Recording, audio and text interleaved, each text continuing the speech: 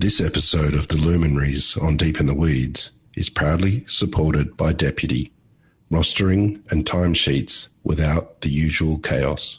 I still just love coffee. It is just endlessly interesting. It is such a beautiful kind of lens of the world, of different countries, of different parts of the world. Just a really wonderful, interesting and dynamic aspect of global trade and connection. This is the Luminaries on the Deep in the Weeds podcast. I'm Anthony Huckstep. Coffee in Australia is a part of most people's everyday life. When we think of maturity of our coffee and cafe culture, we often think of Melbourne and Sydney, but Canberra, the nation's capital, has been setting the agenda too. A cup of coffee may only cost a bit of spare change, but for some operators, the lengths they go to ensure the final product in the cup is second to none is quite extraordinary. Sam Burns is the co-owner and roaster of Barrio Collective in Braddon, ACT. Sam, how are you? Yeah, great. Yeah. It's great to have you on the show. You've been really setting the benchmark in the capital over the last couple of years. Well, when did you first start getting interested in coffee? I would say from when I was 18, I went on my first trip to Europe, and particularly in Italy, and definitely going from Canberra to Italian cities, I was really drawn by espresso bar culture. And so I think that was where it really hooked me. It was the first time that I'd had coffee that I really enjoyed, but it was more than anything, it was like that early morning, city buzz and atmosphere that first got me in. And then it was kind of over the years following that the actual quality, the actual coffee itself became more and more what it was about. But that was where it kicked off, I'd say, in Rome. Yeah. Well, take us over to Rome. Do you have any experiences that you can take us through that really sort of lit that fire for you?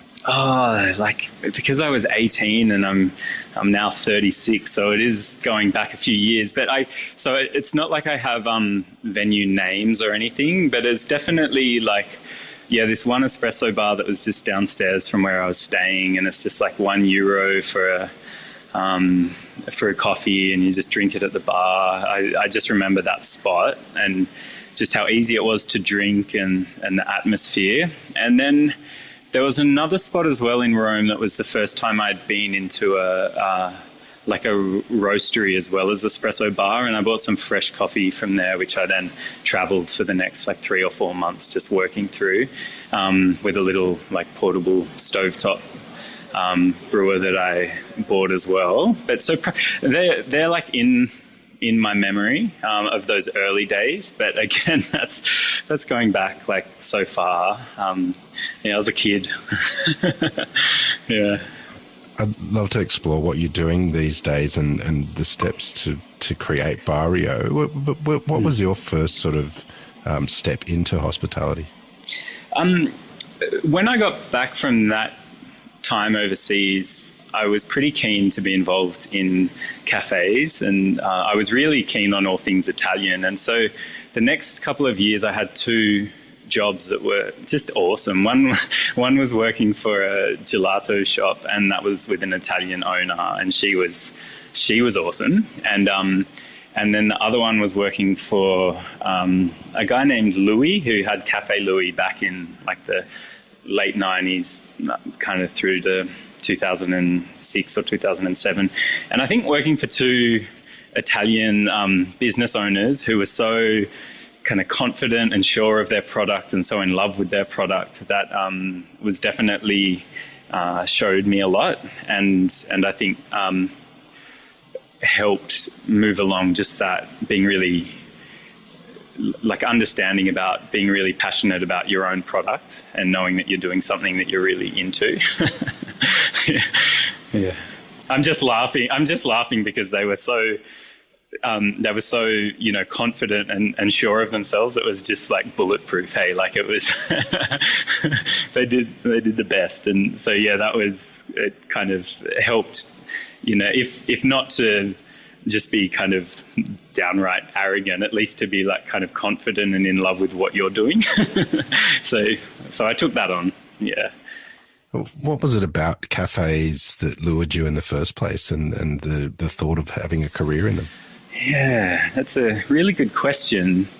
I think like the making something by hand that's then also it's in quite a dynamic setting, like you're making it on the spot and around people. So just the sort of, yeah, like the atmosphere. Yeah, I can't really think of a better word. I just really loved being in the atmosphere of of a cafe environment, and then the fact that you're making something, but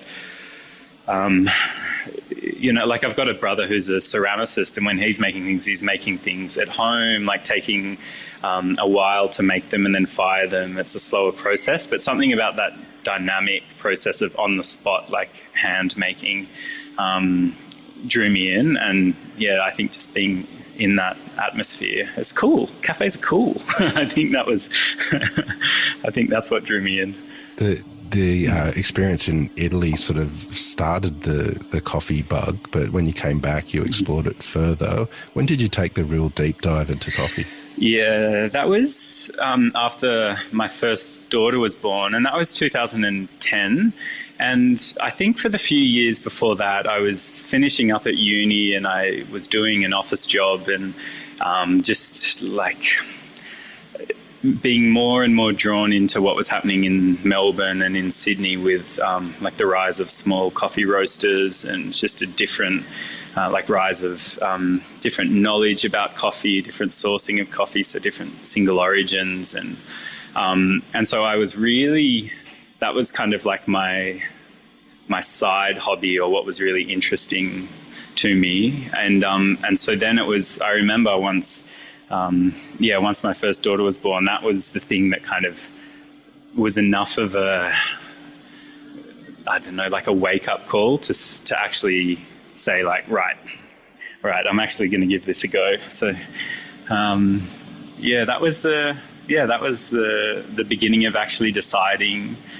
And it was good as well because I was only 2 years out of uni then, and I'd been doing a job I didn't really enjoy. And so then I felt like I just decided that I was going to treat that beginning in coffee and hospitality as like study time or as an apprenticeship. So that was good. I just kind of decided on my own that I would treat it like learning something from the start. And I think that really helped, because then I spent a good few years just feeling like I was learning, and rather than say just working. Or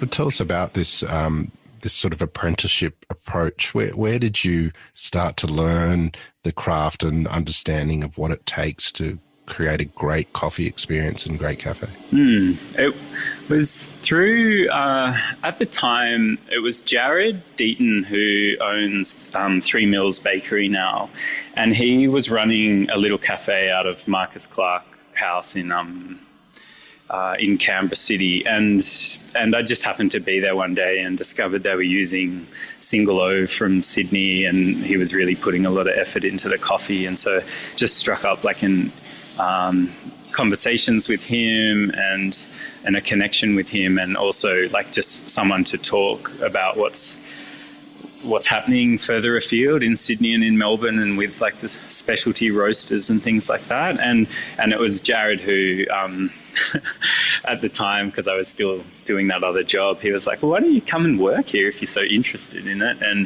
And so then that was, like in late 2010, that was when I started working that part-time. And like, because at the time he had the vision of turning the cafe he was running into a roastery and cafe. And so that was the birth of 2 Before 10 out of that space. And so that happened within like a few months of me starting there. And because of the timing and the interest, I got to launch into starting to roast there as well. And so, that was really the playground where, in terms of how I was referring to it as an apprenticeship, that was really where I was observing everything, kind of like customers, the rushes of the day, like the people's experiences, just trying to pick up on everything, as well as really focusing in on the actual craft, like understanding. It was a very manual way to make coffee back then. Like now we've got puck press and automatic grinders and things, but this was when you're clicking away on a grinder and tamping and tapping and all this stuff. It was awesome. And so like really getting into that, like learning the craft of that day in, day out, as well as just observing the kind of broader things that go with it. Like, understanding more of that, that atmosphere and people's experience and things like that. Yeah. That foray into roasting, tell us about what that was like, the challenges and the failures and successes. Do you have any stories of that learning process? Oh, I've got lots of stories, particularly when we were first roasting out of 2 before 10. And it was, a bit of a bold move to put in a decent sized roaster into an office building. It just came with all kinds of things we had to consider with like smoke and heat and stuff like that. And so I think we probably had every bad experience you can imagine. Like everyone who's a coffee roaster will refer to having, a couple of experiences with a fire in the roaster or in the flue or something. But just in the middle of like a really busy inner city cafe, it just felt like it really heightened the intensity of those experiences. So I remember one time there being a pretty epic, it wasn't necessarily fire in the roaster. It's a bit more complicated to explain, but the fire brigade came and they had to like close off the building, and that was a few years in as well. So I mean, like the first few years were more just, as we were learning more about roasting, we were just, roasting coffee that often just tasted shit.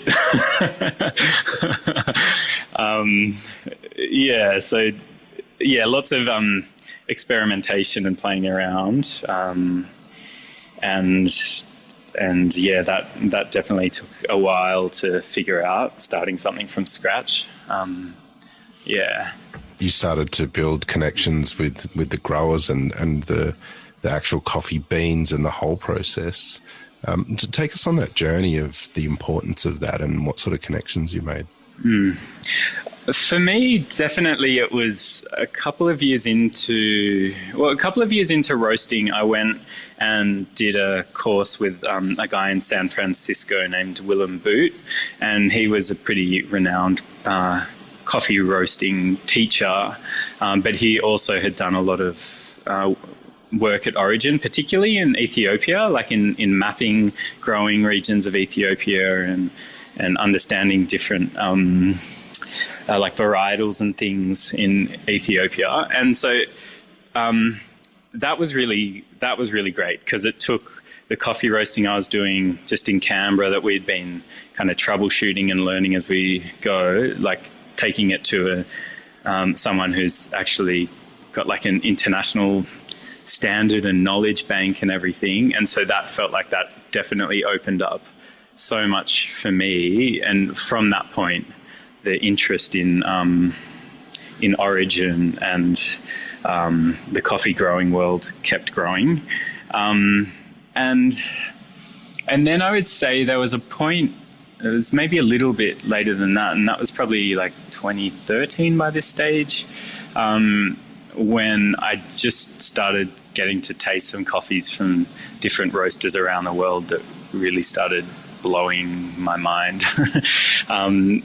Because I think up until that point in time, the coffee making culture. Like we were having these really kind of thick, syrupy espresso shots and, like packing a lot of coffee into the basket and only extracting out like a small amount. And so they were really sweet, really kind of thick, oily shots. And it was like, that was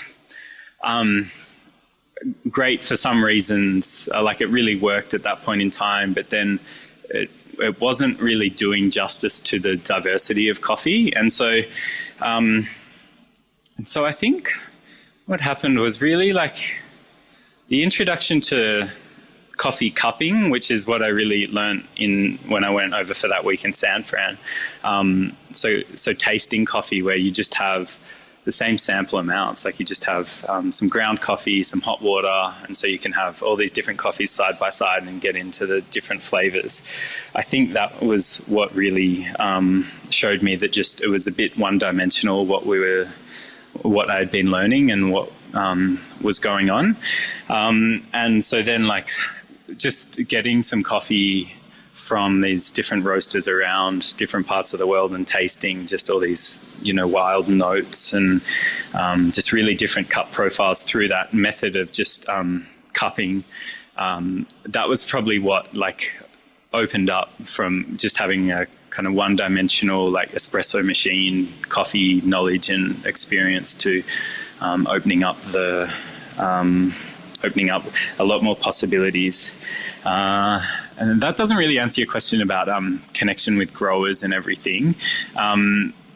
But so I'd say from where I started roasting, it was more about making the connections with people that were focusing on that work in Australia. Like as a small roaster, I would be, seeking around for the best ways to get these interesting coffees and decent coffees. And so that opened up the people that were really doing that work of working with roasters here and working with growers overseas. And it's amazing because now that is, there's like a really good handful of people doing that in Australia now. So there's a lot more, there's so much more choice and so much more like opportunity now. But that was definitely how I went about learning about different origins and where the coffee comes from and how it was produced through those relationships. I was with people in Australia, but who were working with buying coffee. This episode of the Luminaries on Deep in the Weeds is proudly supported by Deputy, helping managers and staff do their best work. At Deputy, we're on a mission. We're on a mission to simplify shift work for every cafe, every restaurant, every bar, every business owner, every dishie, every waiter, every cook, every sous chef. This is the industry that will thrive with Deputy. For more information, go to deputy.com. Barrio sets an incredible standard for a cafe experience in the nation's capital. Tell us about the creation of the idea and picking the site and how you pulled it all together. It was a really exciting time actually, because it was just when I had been with 2 Before 10 for, it was 3 years or so, and 2 Before 10 was moving out of that building it had been in and moving out to where it's been since this time at the Aranda shops. And for me, I was like I explained, like I was so drawn to more like espresso bar, like in a city, like that kind of atmosphere and dynamic. And then I was also really coming into wanting to express a lot more with coffee, like roasting differently, having a real focus on filter coffee. And so that was the time when I just realized, it's time for me to look for a different opportunity. And from when I made that choice, it was only a couple of months before we found the location on Lonsdale Street. And I think, like, I think I had the name and the concept of what it would be like before we found like a physical spot. And I think that just came out of, visiting some other places and being really clear on how I wanted the coffee to be roasted and served and things like that. So it was like, small standing room, only like a little bit of kind of raised bar seating and just like a neighborhood kind of coffee shop that can offer some like good quality food, but really simple, just like some good kind of house-made things, toast things. And so that was the concept. And I had the name Barrio as well. And so that was the concept. And then, it was really quickly after that, the little space on Lonsdale Street, I just drove past one day and was like, that's it. That's the spot. And then, got the lease, just within a few weeks of that. And then we started, doing too much of our own fit out and everything else. But it was quite quick. Like it felt like it just arose out of like my interest, and also Dan, my business partner, like our interest in just coffee evolving and needing a new place to express that and really make that, give that a home. Just our conversations, like, oh, imagine if we did this. Imagine if we did this. Imagine if it was this simple. Imagine if we only had this option. And then it, and then it actually came together. What was the response like in the early days when you first opened up? Yeah, really good. Yeah, it was much quieter up this end of the street. Like we're up the the park end of Lonsdale Street, which wouldn't make much sense to people that don't know Lonsdale Street, but it's not the city end. And at the time there was, it was when Braddon was going through that kind of initial stage of taking down the old buildings and putting in apartment buildings. And so it was still quite quiet up here. And so there was an element of like risk, like will enough people come to this area and everything. But in terms of like the response to when we opened, it was awesome actually. It really, like everything that we thought that was important was met with at least enough people who got it and thought that it was a good idea. Because like we knew going into a busy street like Lonsdale Street and putting in a cafe there, I mean, we had to make choices to set ourselves apart. And I mean, that it seemed obvious because of what we wanted to do. We just wanted to have, like simple coffee options, just simple good food options, and, serving things just in handmade ceramics and just to focus on like filter coffee. And so it was just good that enough people got that and appreciated that, the response was really, really positive. So from day one, we were just like, the business has just gone as well as we could have imagined. Which was awesome. Give us a sense of what the offering is there. What sort of food offering do you have at the moment? At the moment, it's still like a small menu. Kind of hard to talk a way around it, but I guess it's like cafe food. So it's not much more from just like toasted sandwiches and a few open plates and things like that. But I think the thing that we always focused on was the making as many things as we could ourselves.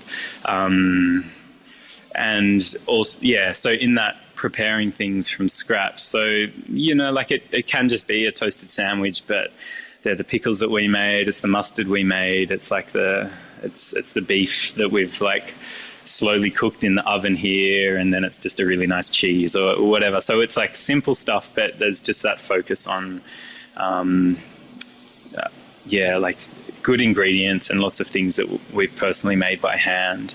And that was when we first opened, that was the idea as well, but we definitely wanted it to be a little bit more out there. So we had like anchovies on toast and like, you know, Ortiz anchovies on toast at a coffee shop and like things like that, you know, over the years it has just gone more simplified to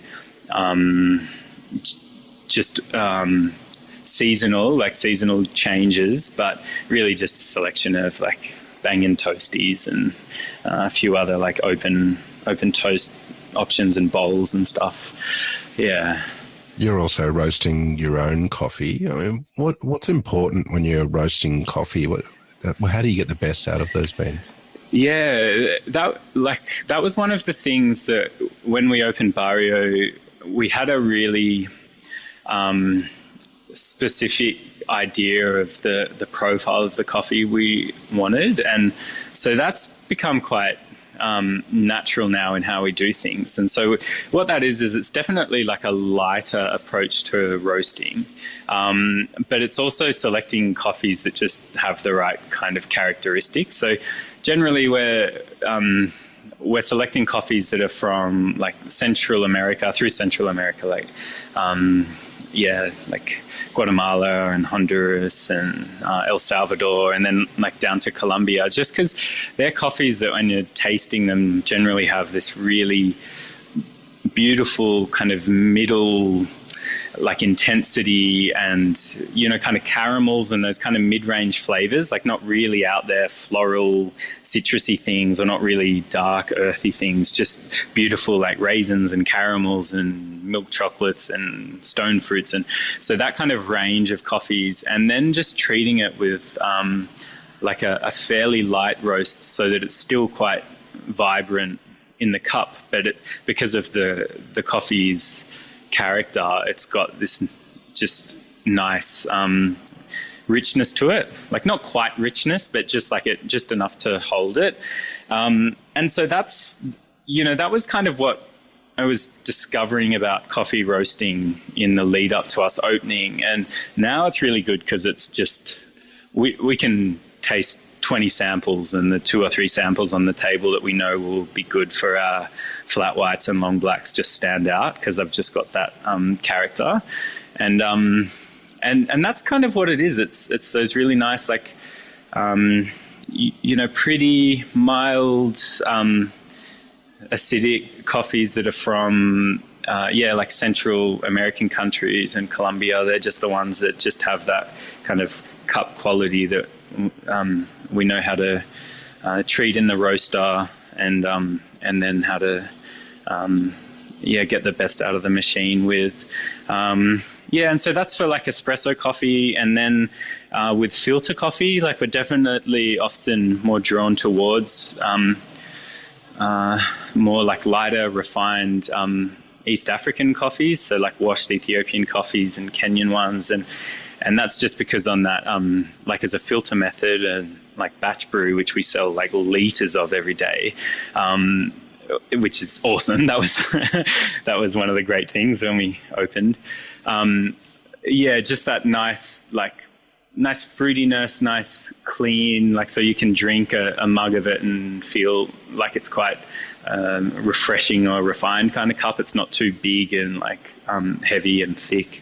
And so they're the kind of general like parameters of the coffees we select and the roasting profiles that we use as well. And it really suits us, and it definitely feels like, you know, that's an interesting thing year in and year out, because there's always different origins, there's always different harvests, like every year's different, every coffee's different. So it's like even having a kind of set of parameters like we do, it doesn't take anything from the creativity, because coffee is just this endlessly beautiful thing to explore. It's always new. It's always new and fresh. Well, what does it take to make a great coffee?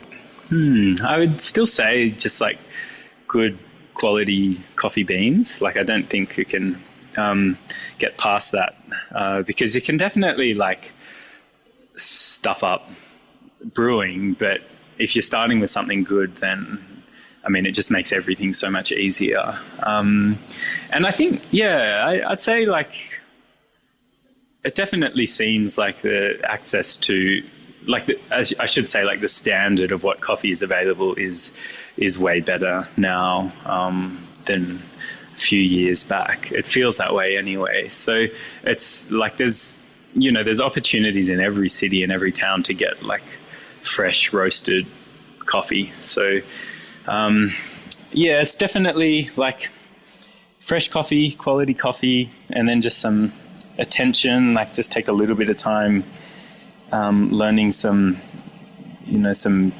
technique, like whether it's espresso or whether it's pour over or AeroPress or something, like taking a bit of time to learn technique. So then it's not just like you'll get a result that's like might be good, might not work. But I'd just say that's my biggest thing. Just, fresh coffee, good quality coffee. Yeah. Australia has an extraordinary cafe culture, and there's all levels of cafe offerings out there. But from your perspective, what makes a great cafe? Yeah, I feel like the standard of cafes has just improved and improved and improved. So it's not like it was previously where, maybe you'd go somewhere because of the specific roastery they use or the specific barista that's on the machine or something like that. It's like there's a really good, consistent standard across a lot of venues now. I still think just, atmosphere. I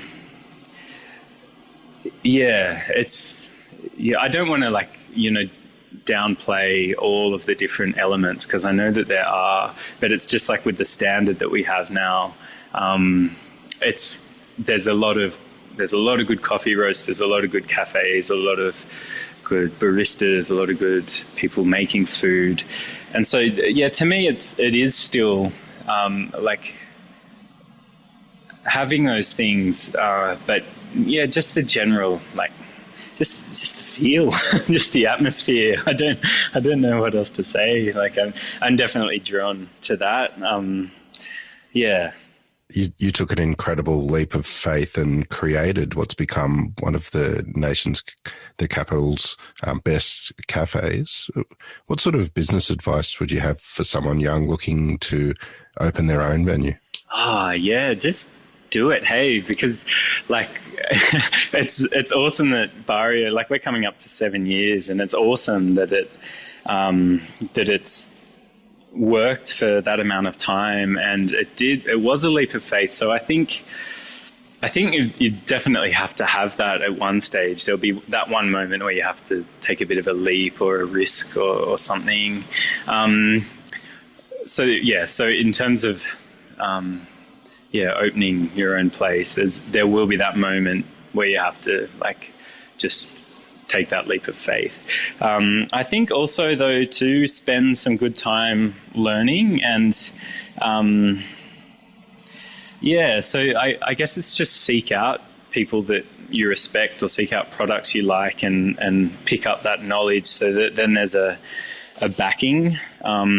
There's a knowledge base, and I don't think there's like an amount of time on that, but I think it is really important. And I think we have like a fair bit of energy to kind of burn through in that way, like learning and working, like working a bit too hard and like taking on too many things or whatever. Like, for whatever reason, a lot of us do that.